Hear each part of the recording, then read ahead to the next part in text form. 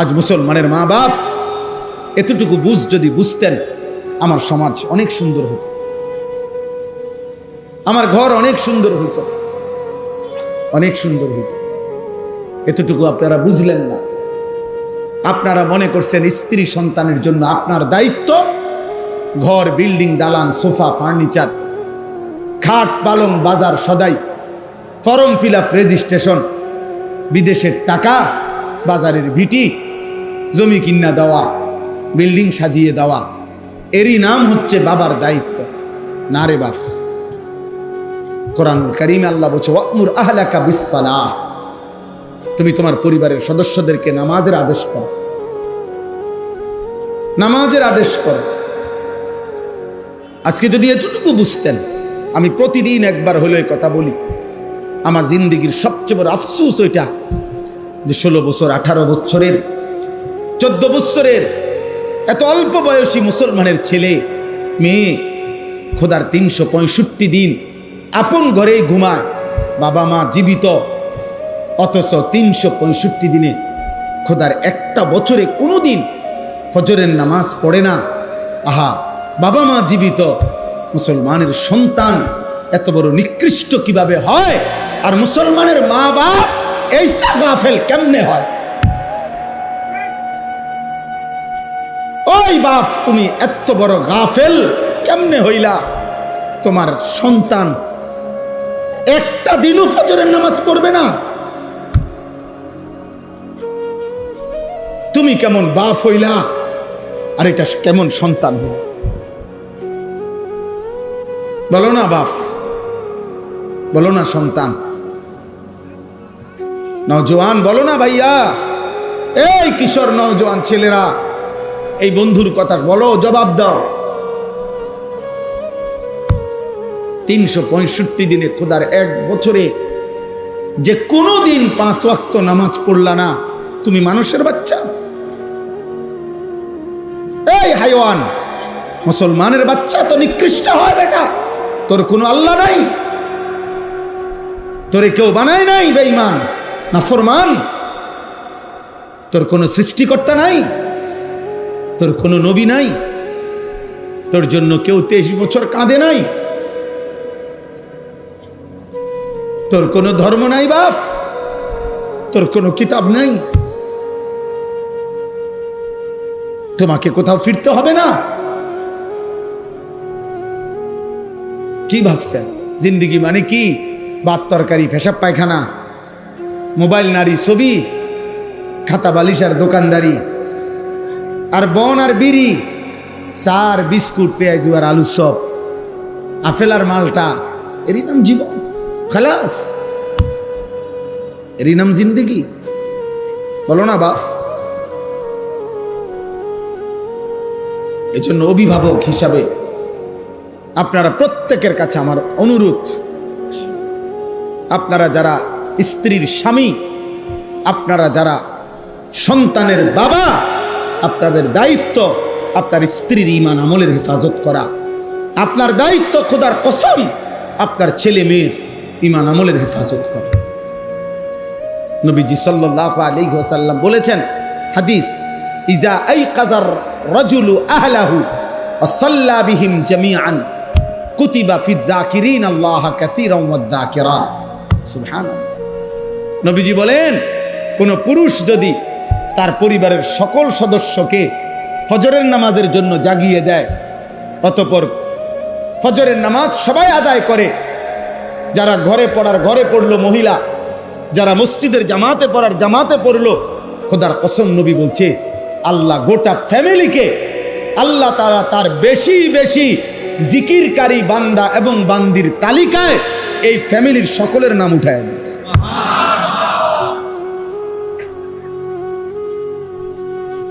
কুতিবা লিখে দেওয়া। নবীজি বলছেন সাল্লাল্লাহু আলাইহি ওয়াসাল্লাম, রাহিমাল্লাহু রাজুলান আইকাযা ইমরাআতাহু ফাইন আবাত নাদাহা ফি ওয়াজহিহাল মা। আল্লাহ ওই পুরুষের উপরে, ওই স্বামীর উপরে আল্লাহ রহমত নাজিল করেন যে তার স্ত্রীকে ফজরের নামাজের জন্য জাগিয়ে দেয়। যদি সে উঠতে না চায়, ফাইন আবাত, উঠতে না চায়, তাহলে স্বামী আদর করে তার চোখে মুখে পানির ছিটা দিয়ে দেয়। ওঠো, উঠতে হবে, পানির ছিটা দিয়ে দেয় যেন সে উঠে। আল্লাহ নবী বলেন, আল্লাহ ওই স্বামীর উপরে তৎক্ষণাৎ রহমত নাজিল করে। শেষ হয় নাই হাদিস, এর পরের অংশ হলো ওয়া রাহিমাল্লাহু ইমরাআতান, আল্লাহ ওই স্ত্রীর উপরেও রহমত নাজিল করেন, আই কাযাত যাওজাহা, যে তার স্বামীকে ফজরের নামাজের জন্য জাগিয়ে দেয়। ফাইন আবা, যদি স্বামী উঠতে না চায়, নাদাহাত ফি ওয়াজহিহিল মা, এবার স্ত্রী তার চোখে মুখে পানির ছিটা দিয়ে, উঠতা না, কালকে যে তুমি আমারে পানি দিছো চোখে মুখে, আজকে বালতি দিয়া পানি দিও, ওঠো। আচ্ছা, এমন ভালোবাসায় কি ঝগড়া হইব? এটা তো মহব্বত। আল্লাহ নবী সাল্লাল্লাহু আলাইহি সাল্লাম বলেন, এমন স্বামী স্ত্রী উভয়ের উপরে মহান আল্লাহ রহমত বর্ষণ করেন। তাহলে পরিবারের ব্যাপারে জিম্মাদারি দেখেন। কোরআন শরীফের উদাহরণ শুনেন, একটা ছোট্ট উদাহরণ দেই, বুঝবেন। সূরা আহজাবের মধ্যে আছে, ইয়া আইয়ুহান নাবিয়্যু, হে নবী আমার, আমাদের নবীকে আল্লাহ বলছে, কুল লি আজওয়াজিকা, আপনি আপনার স্ত্রীদেরকে বলুন। আলাদা বলছে ওয়া বানাতিকা, আপনি আপনার মেয়েদেরকে বলুন। ওয়া নিসাইল মুমিনিনা, আপনি সমস্ত ইমানদার নারীদেরকে বলুন। কি বলুন? ইউদনিনা আলাইহিন্না মিন জালাবিবিহিন্না, তারা যেন তাদের দেহের আবরণ, বোরখা, পর্দা, দেহের কাপড়, মোটা ঢিলে ঢালা বোরখা আবৃত, একদম চোখ চেহারা সহ পুরা শরীর যেন ভালোভাবে তারা ঢেকে নেয়। এই কথাটা শতভাগ পর্দা করার জন্য, ঢিলে ঢালা পোশাক দিয়ে নিজেকে আবৃত করার জন্য, এমনকি চোখ জিলবাব বলা হয়, যেটা দিয়ে চোখও ঢাকে, এরকম পোশাক দিয়ে তারা যেন নিজেদেরকে ঢেকে নেয়। এই আদেশ, এই পর্দার আদেশ আপনার স্ত্রীদেরকে বলুন, আপনার মেয়েদেরকে বলুন, ইমানদার নারীদেরকে বলুন। বুঝছেননি? কথা বলেন না, কথাইটা বুঝছেননি? এখন আমনে বলেন, এখান থেকে আপনি এটা ভাগ করেন, আমনে বুঝেন যে নবীজি সাল্লাল্লাহু আলাইহি সাল্লামের স্ত্রীগণ ইমানদার ছিলেন কিনা, নবীজির মেয়েগণ ইমানদার ছিলেন কিনা। তাইলে এই কথাইটা তো একবারে বলতে পারতো যে, হে নবী, ইমানদার মহিলাদেরকে বলেন তারা যেন তাদের কাপড় পর্দা করে নেয়। তো এটা বললেই তো স্ত্রীরাও বুঝতো, সে মেয়েদেরকেও বুঝাইতো, আবার বাকি মহিলা সাহাবী যারা, তারাও তো বুঝে নিত। এই এক শব্দ দ্বারাই তো হয়ে যাইতো, কিন্তু আলাদা বললেন কেন? স্ত্রীদেরকে বলুন, মেয়েদেরকে বলুন, মুমিন মহিলাদেরকে বলুন, এরকম তিনটা আলগা আলগা বললেন কেন? আল্লাহ বুঝাইতে চাচ্ছেন, বন্ধু, আপনি একজন স্বামী, অতএব আপনি স্বামী হিসাবে স্ত্রীদেরকে বলুন।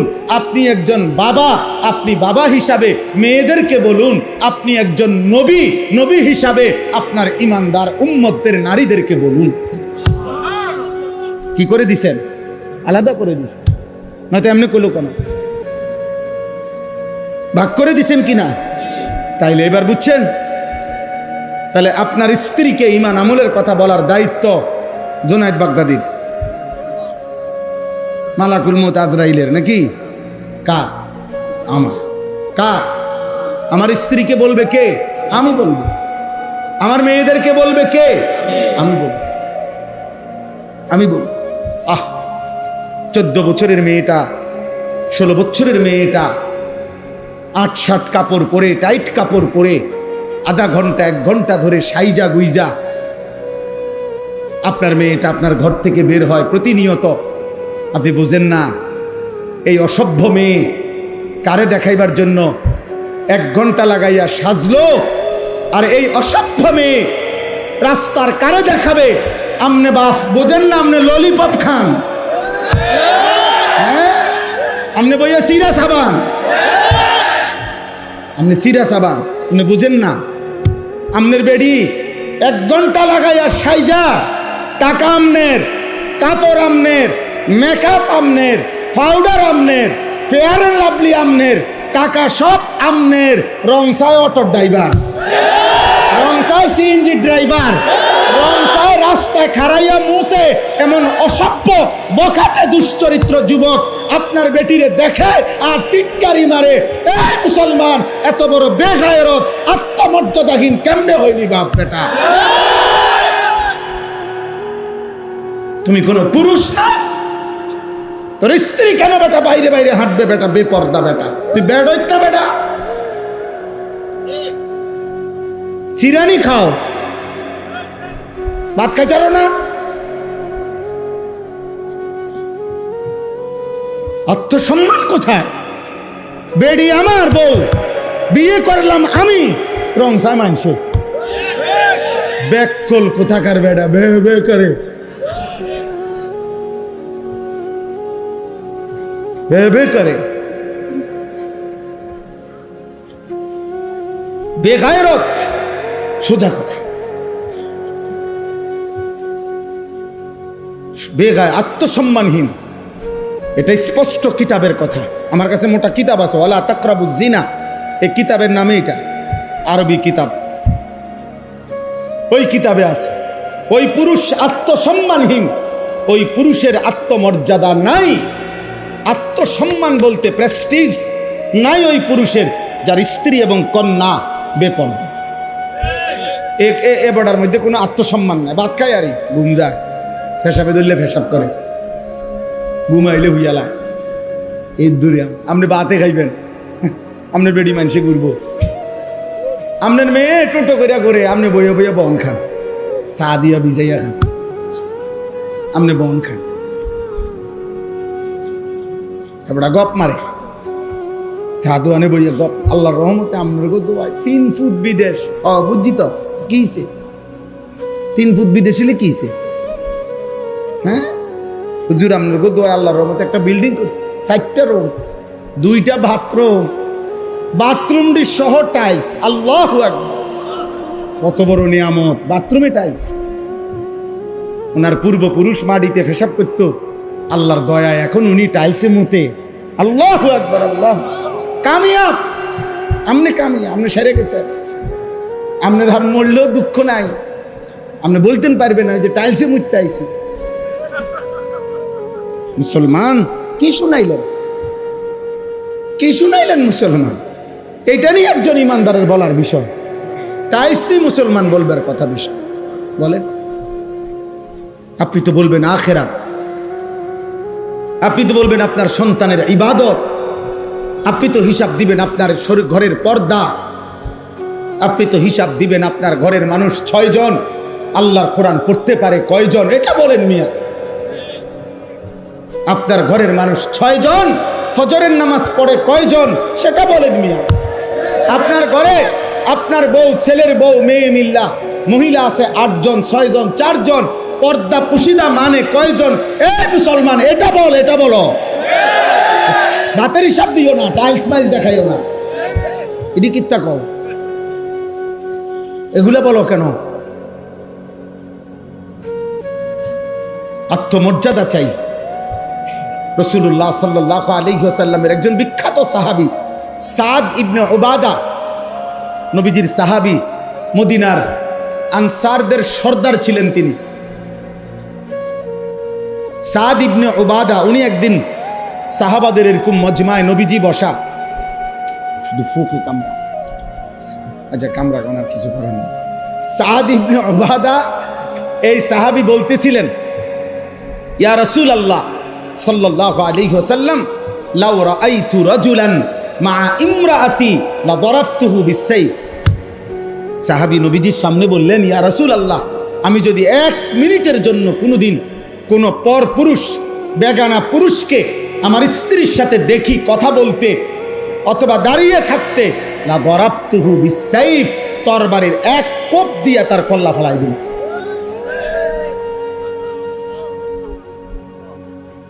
আচ্ছা, উপস্থিত সাহাবীরা তৎক্ষণাৎ এই নবীজির এই সাহাবীর এই কথা শুনে উনারাও বলে উঠছেন আল্লাহু আকবার।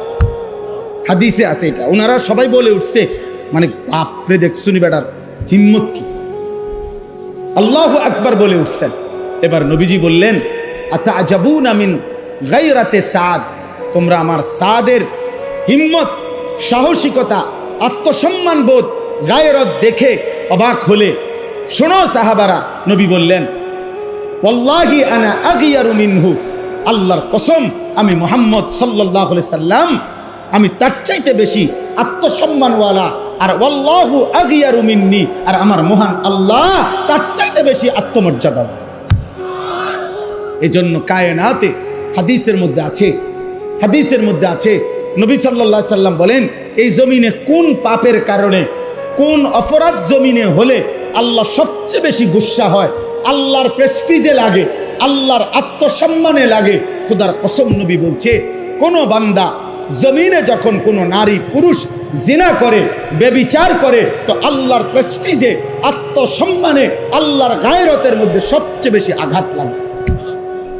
মালিক আমার বেশি গুসা হয়, মালিক আমার বেশি রাগ হয়। এই জন্য গুসার কারণে নবী বলছেন, আল্লাহই তো বিধান, এই জন্য বলছে, বন্ধু বন্ধু ওই জেনা করলো, ও ব্যভিচার করলো আমার জমিনে, ওরে খাওয়াইলাম আমি, ওরে পড়াইলাম আমি, এত বড় কায়নাত দিয়ে আমি তাকে লালন পালন করছি, ওরে আমি বলছি তার জন্য আমি হালাল বিবাহর ব্যবস্থা রাখছি, ওরে আমি বলছি তার স্ত্রী আমি ব্যবস্থা করেছি, ওর যৌন চাহিদা আমি আল্লাহ দিয়েছি, ওই নারী আমি সৃষ্টি করেছি, এই পুরুষ আমি সৃষ্টি করেছি, শাহওয়াত আমি সৃষ্টি করেছি, লজ্জাস্থানের চাহিদা আমি সৃষ্টি করেছি, এত কিছু আমার দেওয়া, ও আমার জমিনে আমার দেওয়া জিনিস পেয়ে নাফরমানি করলো। আল্লাহর নবীকে আল্লাহ বলছে, বন্ধু খবর লাগান, এটা যদি বিবাহিত পুরুষ এবং নারী হয়, এই জেনাকার পাথর মাইরা ফেলেন, পাথর মারে জাগাত পরে আমি বিচার করবো, আবার পরে আখেরাতে। এখন ওয়ালিয়াশহাদ আযাবাহুমা তাইফাতুম মিনাল মুমিনিন, সমস্ত এরকম মজমায় ইমানদার মানুষের সামনে খোলা ময়দানে ওপেন প্রকাশ্যে পাথর মাইরা ওগুলার মাইরা ফেলেন। আর অবিবাহিত পুরুষ নারী হলে 100 করে চামড়ার বেত্রাঘাত করেন, যেন এক এক বাড়িতে 100 বছর মনে থাকে। কেন এত? ইসলামী শরীয়তে এর চাইতে কঠোর কোনো শাস্তি নেই, তাফসীরে আছে, এর চাইতে কঠিন কোনো শাস্তি নেই। ইসলামী হুকুমত, ইসলামী খেলাফতের এটা জিম্মাদার।